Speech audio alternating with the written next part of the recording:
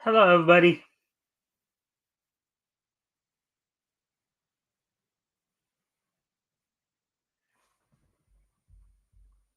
Alrighty then. So, welcome to the Mikestand. I hope every having a good week. We've reached Wednesday, the middle of the week, which of course means that it is Hump Day. So, hopefully, everybody's getting over the hump all right.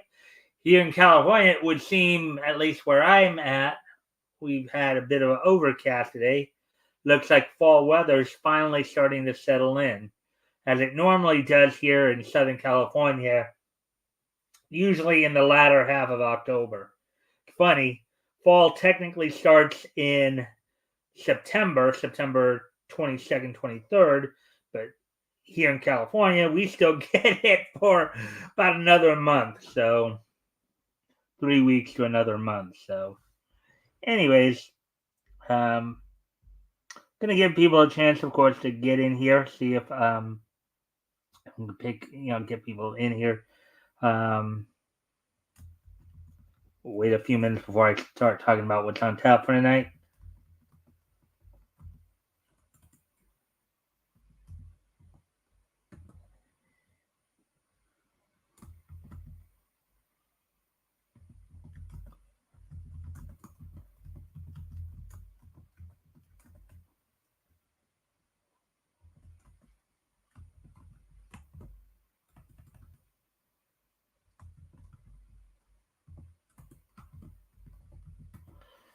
Let me just do one more quick little thing here. Let's see.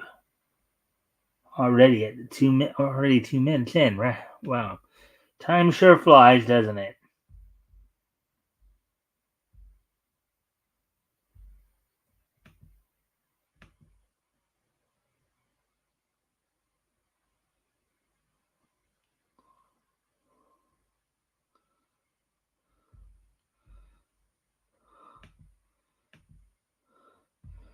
All right, so let me see here.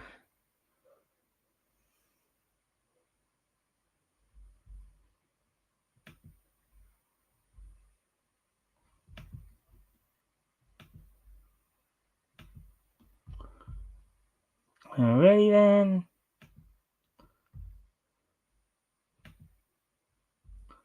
Let's see. So now it looks like we're coming up on 3 minutes here. I guess I'll talk a little bit about what's on tap for tonight. So I do have one article to go over from Bounding into Comics.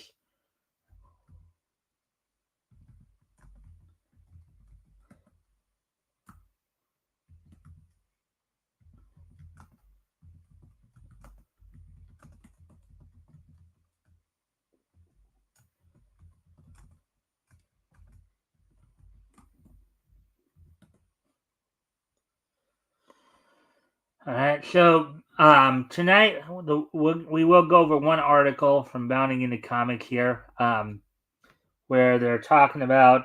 I guess there was a discussion between DCEU director Zack Snyder and Dark Knight Returns creator Frank Miller on which of the two iconic characters, was it Batman or Superman, who was the happier of the two. So we'll look at that. We'll also, of course, have the wrestling wrap up. We'll talk about what happened on last night's WWE's NXT program, as well as look forward to what's going on tonight on Dynamite. Um, we also have some news, some more TNA news heading into Bound for Glory here.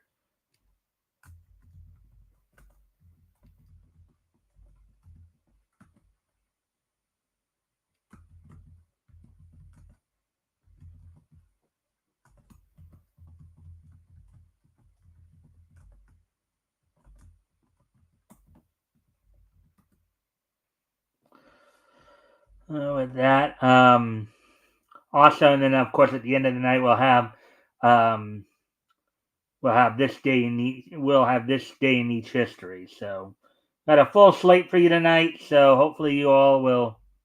Let me just do one more thing here.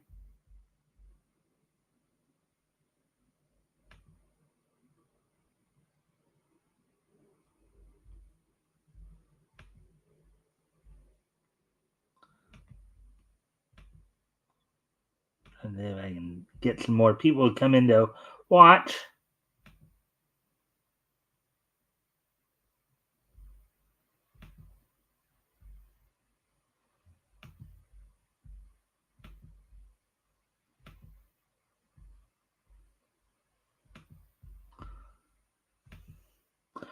All right, so with all that being said, why don't we go ahead and get started here? We're coming up on 6 minutes here.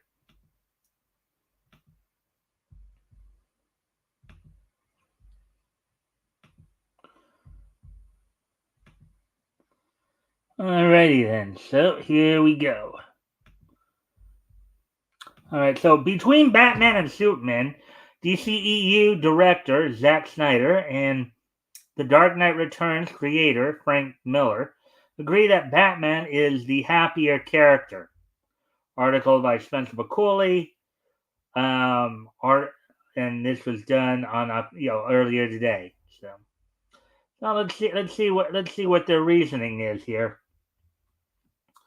In the shared opinion of both former DCEU helmsman Zack Snyder and the Dark Knight comic book creator Frank Miller, between both Superman and Batman, the latter, despite his brooding and black-clothed nature, is actually the quote-unquote happier character.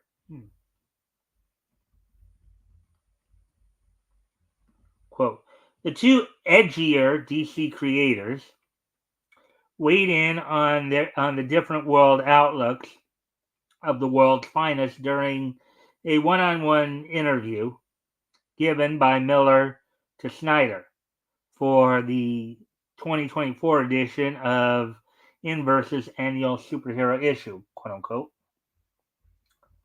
Serving as the interview's host by way of his role as the issue's guest editor, after a brief reflection on Miller's comic book beginnings, and a brief discussion on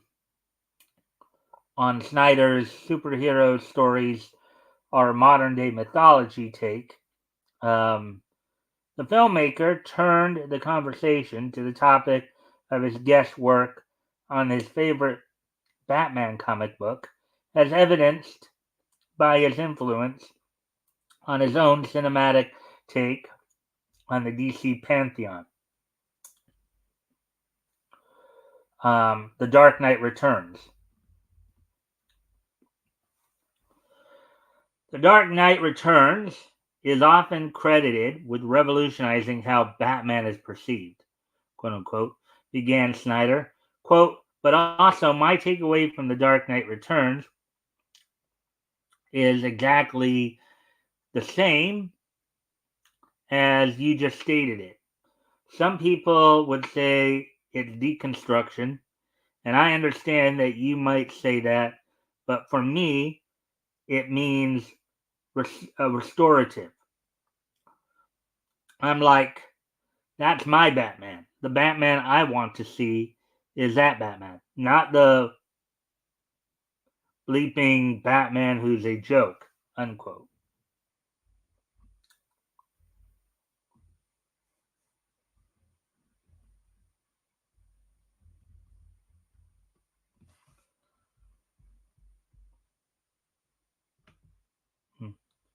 And of course, if you guys haven't already, if you guys can like and share the stream, see if we can get some more friendly people in here to engage. That'd be appreciated. Also, if anything here we talk about grabs your attention, feel free to comment and or ask questions, and I'll try to answer the questions to the best of my ability. So, continuing on here, as it were.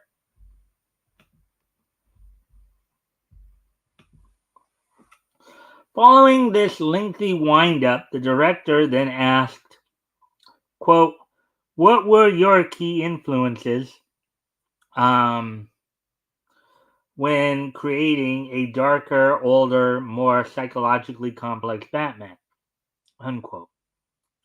To which Miller admitted that the biggest influence on his iconic work, quote, the notorious old TV show, the one with Adam West and Burt Ward, unquote. The one that a lot of people of today would pan because they would feel it's too campy. The 1966 TV classic. Quote, I mean, that was a goof, unquote, said the veteran comic book creator. Quote, it was basically a snide take on stuff that I remember that I absolutely loved. I love the comic book characters in the TV show, and the TV show was constantly telling you how stupid the comic book was. I don't think I ever got that impression, but I guess that's him. In smaller quote, yeah, replied Snyder.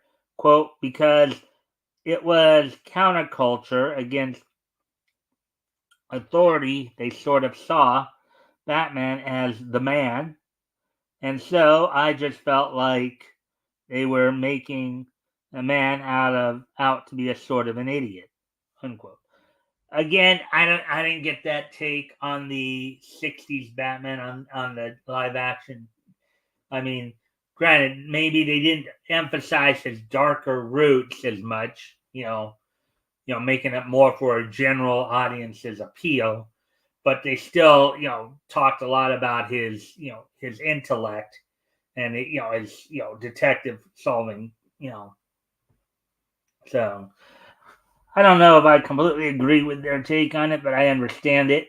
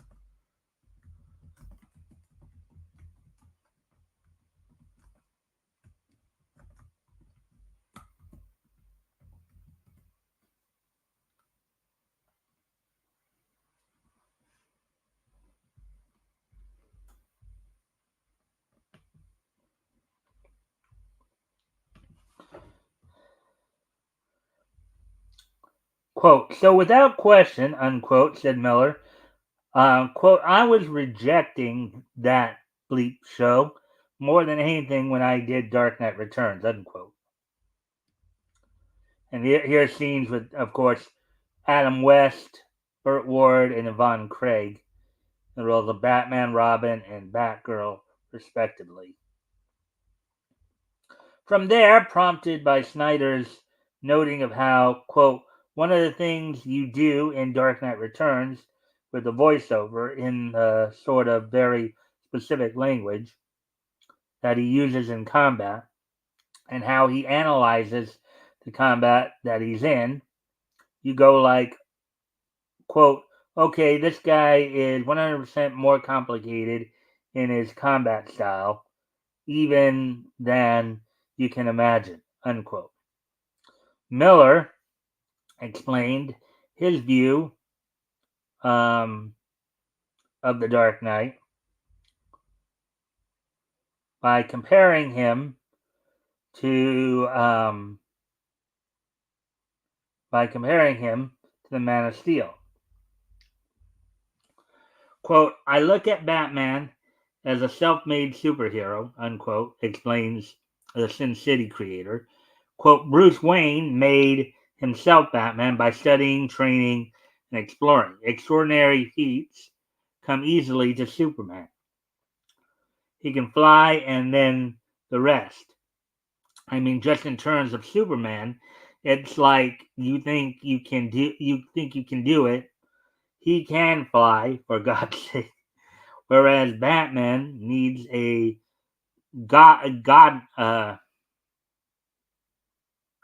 GD car. Okay. Um, I enjoy an effort, unquote.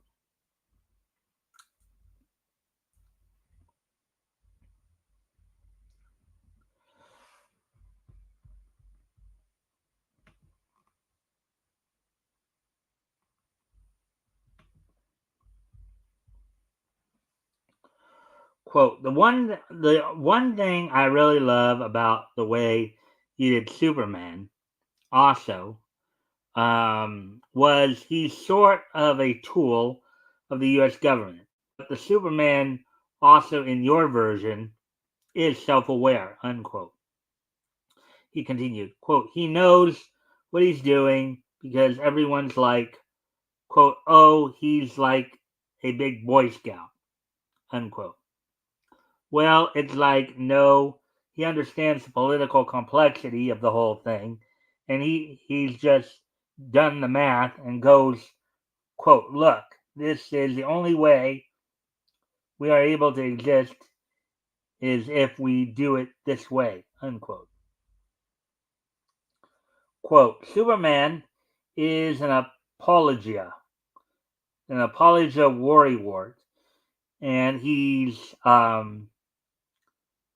concerned with keeping the world from blowing itself up, unquote, Miller further asserted.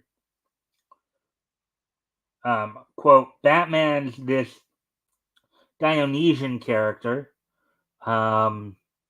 who's out for blood, and they're perfect opposites in that Batman is the reckless ego and Superman is the fearful superego.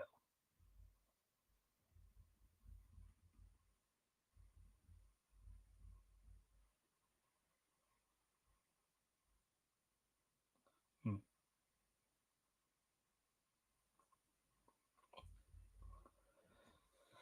Meeting his guest's explanation with admiration, Snyder replied, quote, that's cool. I really love it because I love that Superman is in charge of keeping this. In a lot of ways, the children are tearing the preschool down. They're setting it on fire, and they're out of their minds. And he's really just trying to wrangle us so we don't kill ourselves. And Batman's just like, quote, no, that's what it is to be alive, you know, unquote. They almost make it sound like Batman's more like Joker in some respects. The way that Zack Snyder and Frank Miller are talking here, it's almost like they seem to be confusing Batman with Joker. That's cool, unquote. The comparison in mind, Miller then declared, quote, Batman is the happier character, unquote, to which Snyder agreed, um, quote, 100%, yeah, 100%, unquote. Drawing his thoughts on the Batman miniseries to a close, the writer and artist ultimately asserted, quote, I wanted to abolish the pouty Batman, unquote.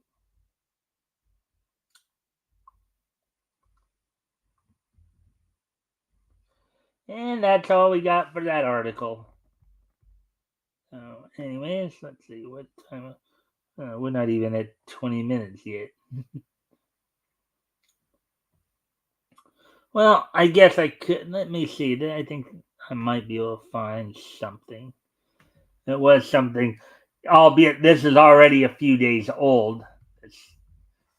That's next article I was just thinking about talking about here. I already know it's like a few days old already, but since we do have a little spare time, little extra time here,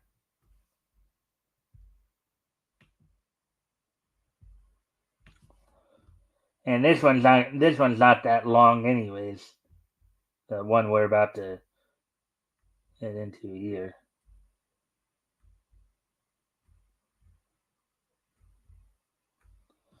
All right, hold on. Back.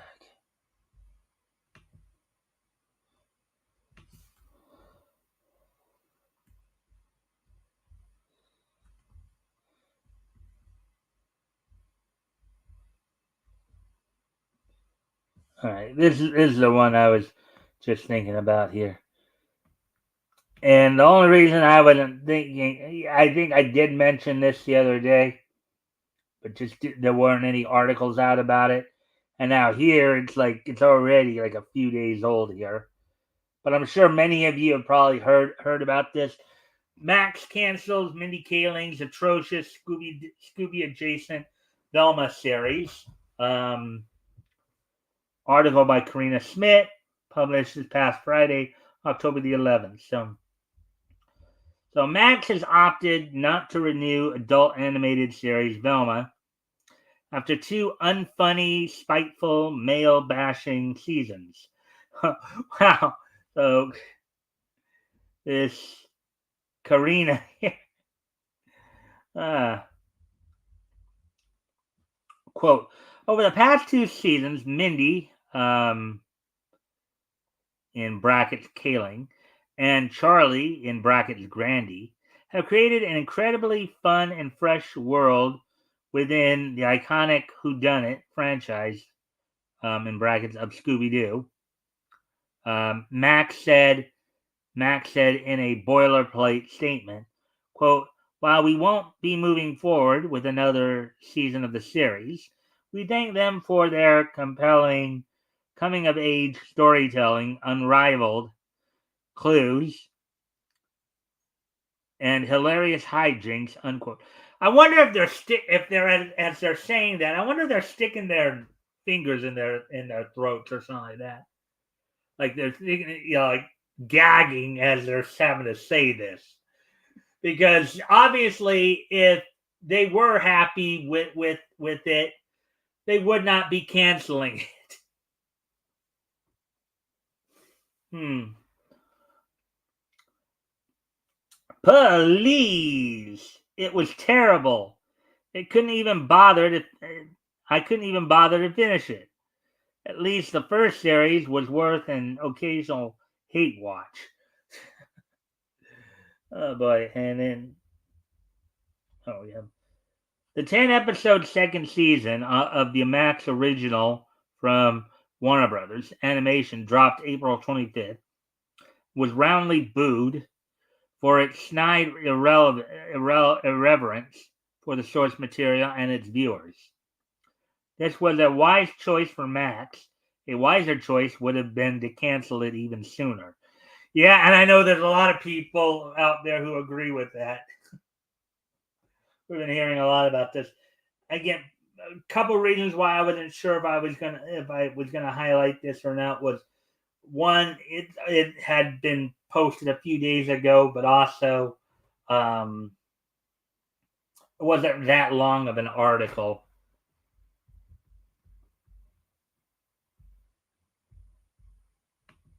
Let me see where we're at on time now here.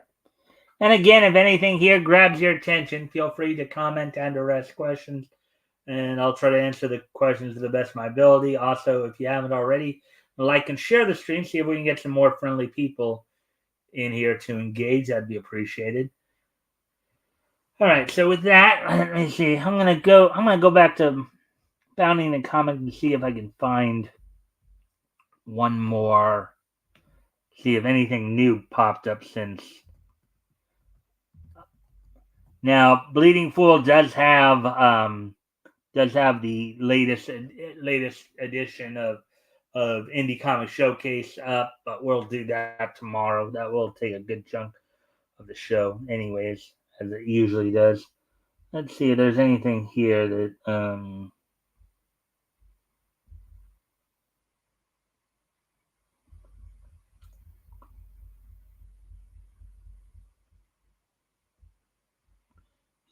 nothing new here.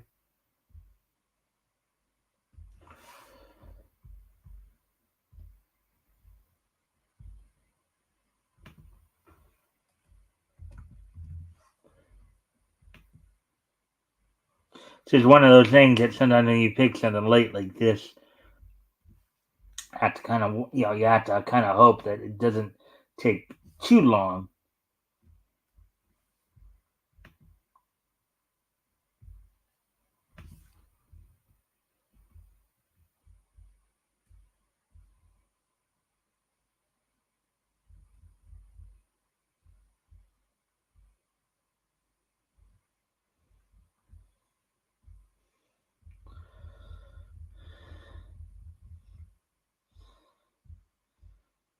Okay.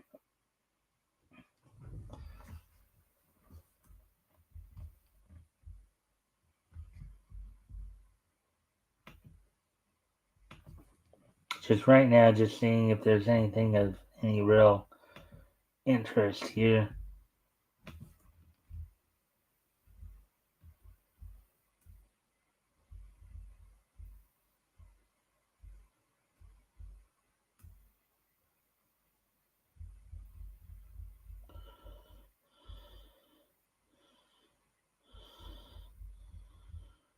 All right.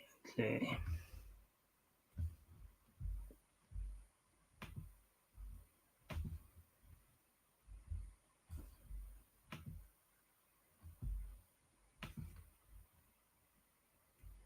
The Indie Comic Showcase one we'll do tomorrow. Um,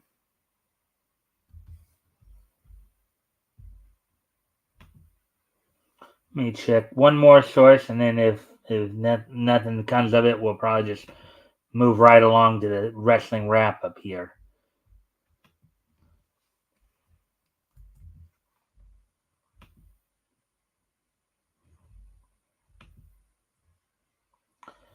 And no, it didn't look like there's anything new there either. Okay.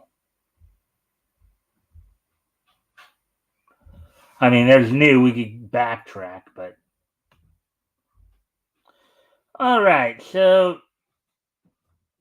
that's all we got for the news articles. And tonight, I said we'll do the Indie Comic Showcase tomorrow night. But we'll move on to the wrestling wrap up here.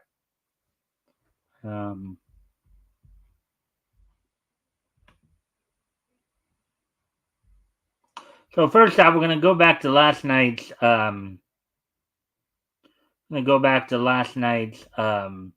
NXT. Talk about what happened on last night's NXT. WWE's NXT.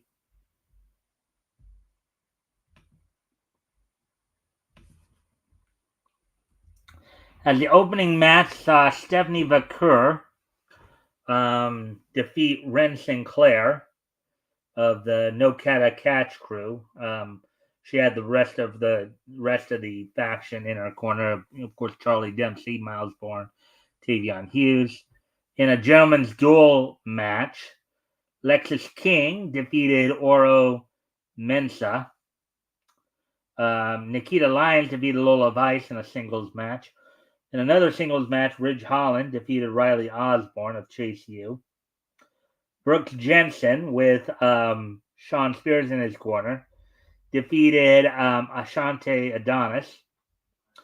And then the main event saw in a triple threat match for the number one contendership for the NXT title, former champ Ethan Page had defeated Javon Hughes and Wes Lee to reestablish himself as the number one contender to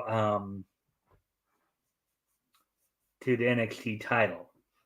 There's also still been some talk that Joe Hendry, once his contract with TNA comes through, that WWE will be very interested in bringing him to NXT and WWE full time. So stay tuned for that.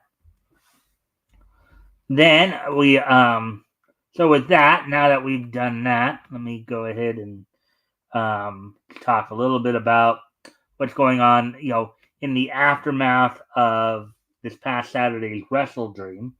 Let's talk a little bit about what's going on tonight. What's going on tonight on AEW on Dynamite. As slated to be happening on tonight's Dynamite include two-time AEW World Tag Team Champions Dax Harwood and Cash Wheeler will be taking on the duo from the Learning Tree of Big Bill and Brian Keith. Mercedes Moné will be defending the TBS title against Queen Aminata, in which she'll have Camille in her corner. The elite in 6-man tag action, the elite of Continental Champion Kazuchika Okada and the AEW World Tag Team Champions, the Young Bucks, Matthew and Nicholas Jackson, will be taking on the conglomeration members of Orange Cassidy, Kyle O'Reilly, and Rocky Romero. Shelton Benjamin in his in-ring debut in AEW with MVP in his corner will be taking on Leo Rush, who will have Layla Gray in his corner. And then Christian Cage will be taking on Jay White, coming off of his victory over Hangman Adam Page. Coming off of his victory at Wrestle Dream over Hangman Adam Page. We'll probably also hear more from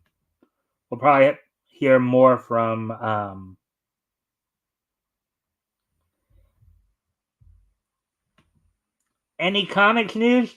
I went through that earlier, Elk. I did have an article earlier that I was going over. I was talking about how Zack Snyder and Frank Miller were in agreement that between the two iconic characters, Batman apparently is the happiest character between the two. That's why you should probably try to get here more at the beginning of the show, and stay through the entire show, because you never know what you're going to get.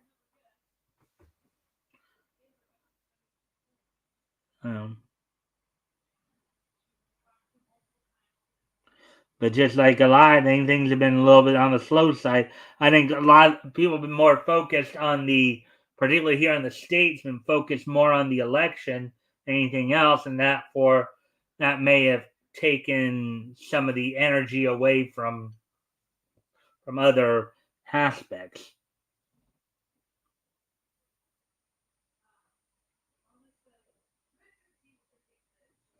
So, anyways, and a little bit more of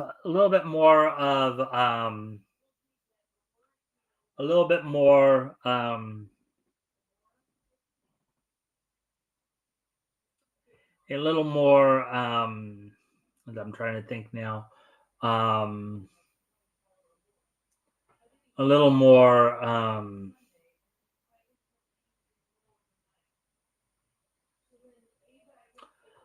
TNA news, as it was also just announced via their social media accounts that El Hijo del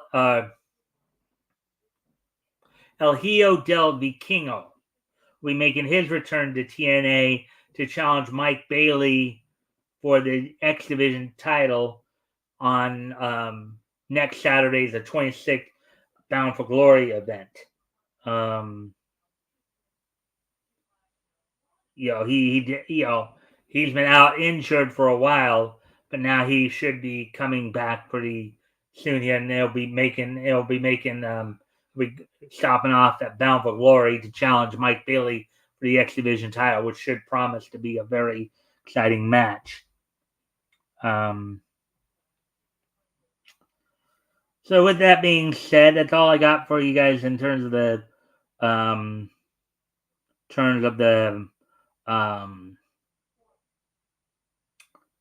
wrestling wrap up.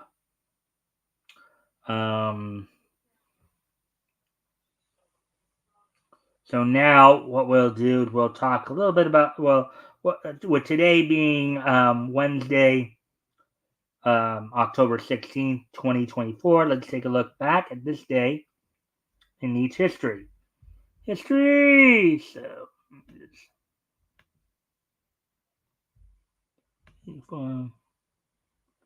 99, 1954. All right, so first off, we're going to head back 70 years ago today. As on this date, 70 years ago today,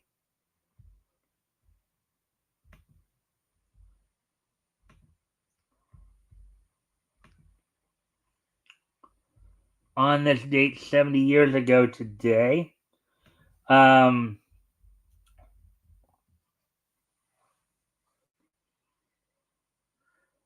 from A to Z, a Warner Brothers, and so 70 years ago today, back in 1954, from A to Z, a Looney Tunes cartoon short directed by Chuck Jones was released on this date back in 1954. It starred Ralph Phillips as the main character. Written by Michael Maltese and produced by Edward Seltzer, it was animated by Ken Harris, Lloyd Vaughn, and Ben Washam. Voice actors Dick Beals, who many of you might, for some of you, might remember him as a voice of like Dino Boy and I believe also Arthur Spacely and the Jetsons. Um, and then, of course, Mel Blanc and Norman Nesbitt were uncredited. Sources are divided whether the uncredited teacher was voiced by B. Benaderet, who did a lot of work for not only Warner Brothers, but would later go on to be the first voice of Betty Rubble as well, before her untimely passing back in 1968. The short was nominated for Best Short Subject Cartoons at the 1954 Academy Awards. So let's see. I'll just read the first paragraph of the plot. So, cartoon begins with an exterior shot of an elementary school classroom. Through the windows, school children are visible and at their desk. They are learning arithmetic by rote. Main character Ralph Phillips is bored with this lesson on seeing a bird outside. He imagines that he is free to use his arms and legs to propel himself through the air. So it's one of those daydreaming, daydream escapade kind of cartoons. So, Ralph Phillips wasn't really one of the more well-known characters of Warner Brothers, but anyways, on this date, 70 years ago today, um, from A to Z was released by Warner Brothers on this date back in 1954. Now, moving ahead to 1984, on this date in 1984, the fifth issue of Crossfire from Eclipse Comics went on sale on this date back in 1984. Sold for $1.50, was 32 pages. The title was The Spotlight. Writer was Mark Evanier. Art by Dan Spiegel. Lettering done by Carrie Spiegel. Her actual maiden name, I guess, was McCarthy. And Joe Monio did the coloring. So on this date, 40 years ago today, the fifth issue of Crossfire from Eclipse Comics went on sale on this date back in 1984. Now moving ahead to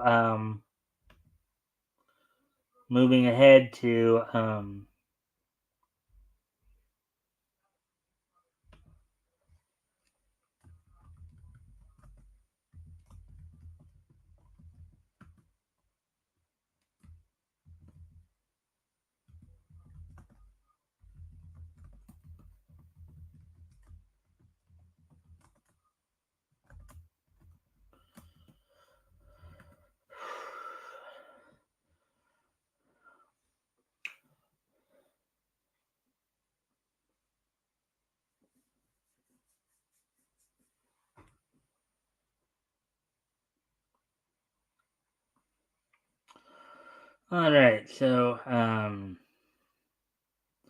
anyways, moving on to the next piece of niche history as we move ahead to 1994. on this date in 1994.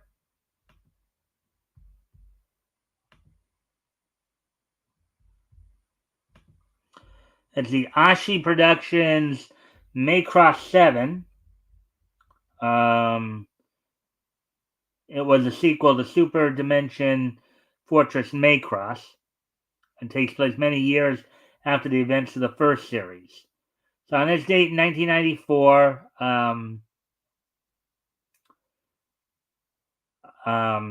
30 years ago today, Maycross 7 premiered on Japanese television.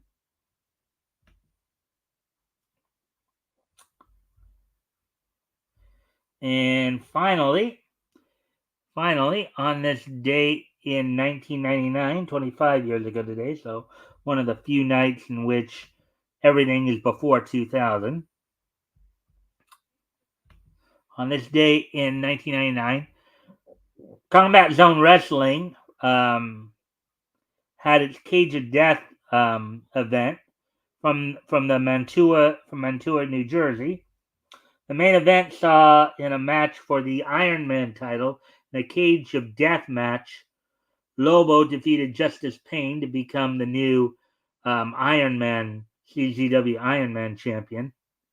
In a first blood match for the heavyweight title, Wife Beater retained over Zandig. In a match for the CZW Junior Heavyweight title, Rick Blade and Nick Gage went to a no contest.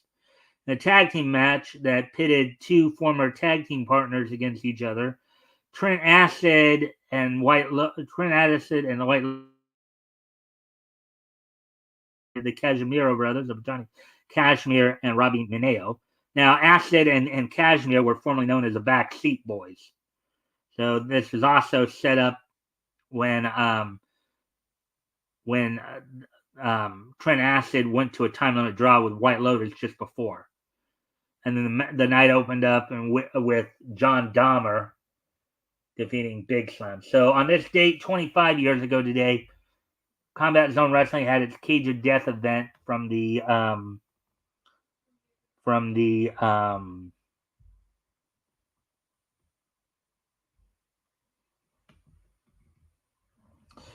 from Mantua, New Jersey. So with that, I thank everybody for being here tonight. I hope everybody enjoyed the show. We'll be back here tomorrow night with more news. Of course, tomorrow night we'll be looking at the Indie Comics Showcase from Bleeding Fall from Chris Braley as he put something up tonight. And then also on Friday, Rick Piper will be joining me as we will be looking back to comics went on sale in March of 1940. We'll be looking at